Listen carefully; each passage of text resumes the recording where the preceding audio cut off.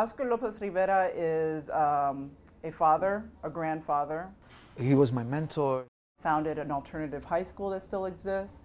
Taught me many things about community work. He's somebody who has inspired me with his actions and his community activism to make a better and more just world. Was a decorated Vietnam veteran. As well as being my best friend. Oscar, for me, probably one of the most inspirational. He's one of the most motivating. He's really become sort of an iconic figure. And to know that he is behind bars, behind gray walls, in Indiana, in federal prison in Indiana, really angers us. He's a reputed terrorist, a man convicted of leading an underground war on America. Oscar Lopez Rivera, The leader of the FALN. underground bomber, committed acts of violence for an idea, Puerto Rican nationalism. I do not condone violence for the sake of violence. Oscar Lopez is a planner. He's an organizer. He is a bomb maker. He does perpetrate terrorist acts himself.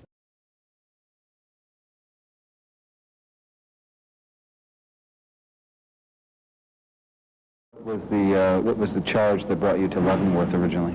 Seditious conspiracy to overthrow the government of the United States in Puerto Rico by force. What that means is conspiring to use force against the lawful authority of the United States over Puerto Rico, and basically of being part of a clandestine organization fighting for Puerto Rican independence. Oscar carries no charges of any violent acts, any armed actions. His sole charge that carries the weight of his sentence is the seditious conspiracy charge. Seditious conspiracy itself has a maximum of 20 years, and that is, of course, what he was given on that charge. But what they did was they charged him, as they did the others as well, with other offenses like possession of unregistered firearms, transporting stolen cars across state lines. And each of those offenses carries X number of years. It could be 10 years, it could be 5 years. And what the government did, because all of the other offenses they were charged with were included under the rubric of seditious conspiracy, they were able to get far more than 20 years. They were able to pyramid or stack the charges to add up each of the sentences for each of the specific offenses and get to the astronomical level of 55 years. In order to understand this story, let me give you some background. The U.S. invaded my country in 1898 with 10,000 Marines. General Miles led an army of 16,000 men through the port of Guanica and initiated a process which was definitely an invasion and an occupation of Puerto Rico. The small island has been under another country's power for 200 years. First Spain, then after the Spanish-American War, the United States. For more than a century, there have been Puerto Ricans fighting for independence. Puerto Rico has a history of political prisoners. In the last 20 years alone, over a dozen cases of frame-ups, grand jury resistance, and revolutionary protests has led to dozens of individuals, Puerto Ricans, Mexicans, and other Latin and North Americans, going to prison for supporting Puerto Rican independence. I was released July 26, 2010.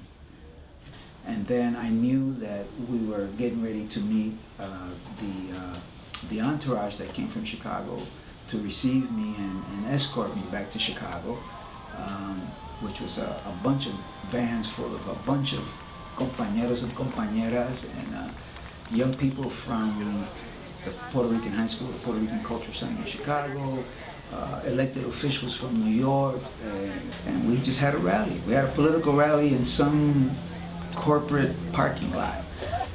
From there we went to the planned events in Chicago in the Humboldt Park, the community.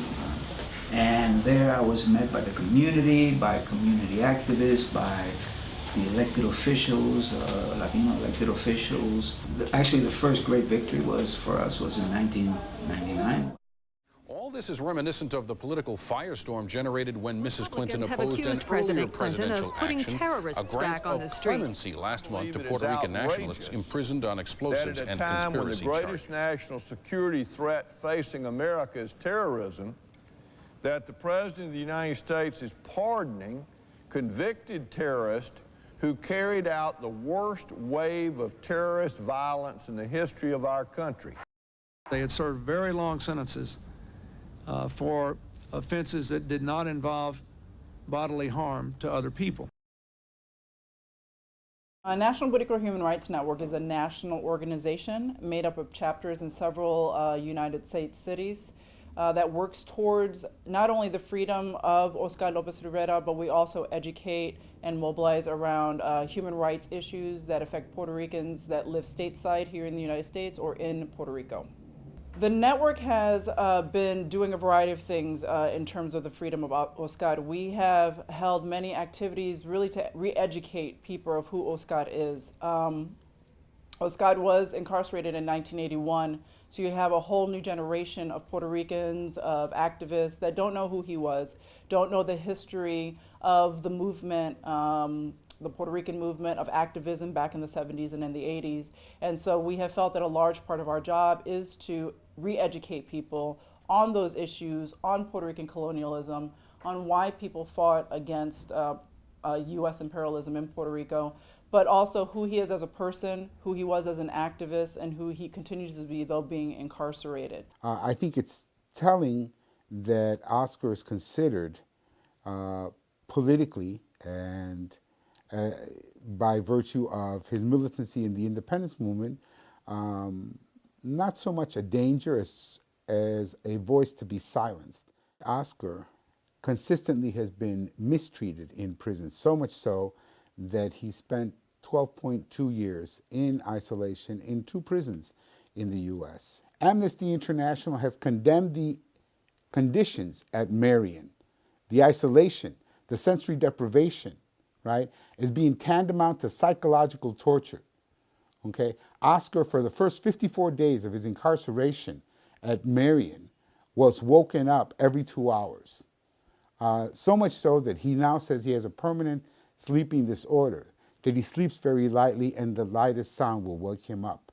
Coupled with the immediate as well as the extended family's pleas, as well as the independence movement's call for Oscar to apply for parole, to begin the struggle that would lay the foundation for the independence movement to get involved in his parole hearing and then subsequently in his parole appeal, I would say that those are the major factors that led to a change in how he saw the avenue of parole.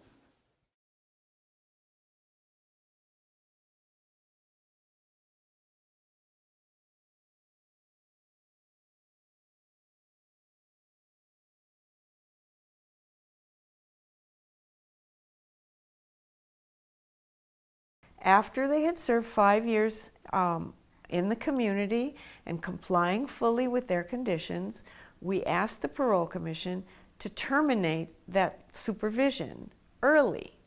And they had enormous, just as Oscar has had for his petition for parole, his co-defendants had the support of civil society. And the Parole Commission recognized that and determined that they were not likely to commit any offenses and terminated their supervision early. So the Parole Commission knows that they're living successful, productive, and law-abiding lives, which is proof that Oscar will do the same. In January 2011, Oscar's bid for parole was rejected by the United States Parole Board. Up until that time, we had been gathering massive letters of support and petitions from across the United States and internationally, and faxing them and mailing them to the parole board to show the amount of people that really supported his release. We had gathered thousands of letters, upwards of 10,000 letters, plus daily phone calls for up to a month to the parole board. And we had really believed that that would change the tide and that would help to get him out. Unfortunately, it did not. The only recourse to this is that we need to keep on fighting. We need to keep on doing what we need to do to make sure that he gets out. I know the effort that went into releasing the previous political prisoners. I know the effort that went into my release, the support that was generated around the world, in Puerto Rico, here in the United States, and I know that it's mirrored in the effort to release Oscar. So I'm hopefully optimistic that that kind of effort and hard work will lead us to his release. We are a part of making history with him, and if he comes home, we all believe that a little bit more just world is possible. And I think that we need that belief. We need that, the ability to know that we as a people can do things and that we can change. And he represents that to me. So anything that we can do to get him home is what I'm gonna do. Nelson Mandela spent 27 years in prison. Oscar has spent 29. Both were indicted for seditious conspiracy, right? And I believe that, like Nelson Mandela, Oscar will emerge free, but only with the help of people around the world, in Puerto Rico and in the U.S.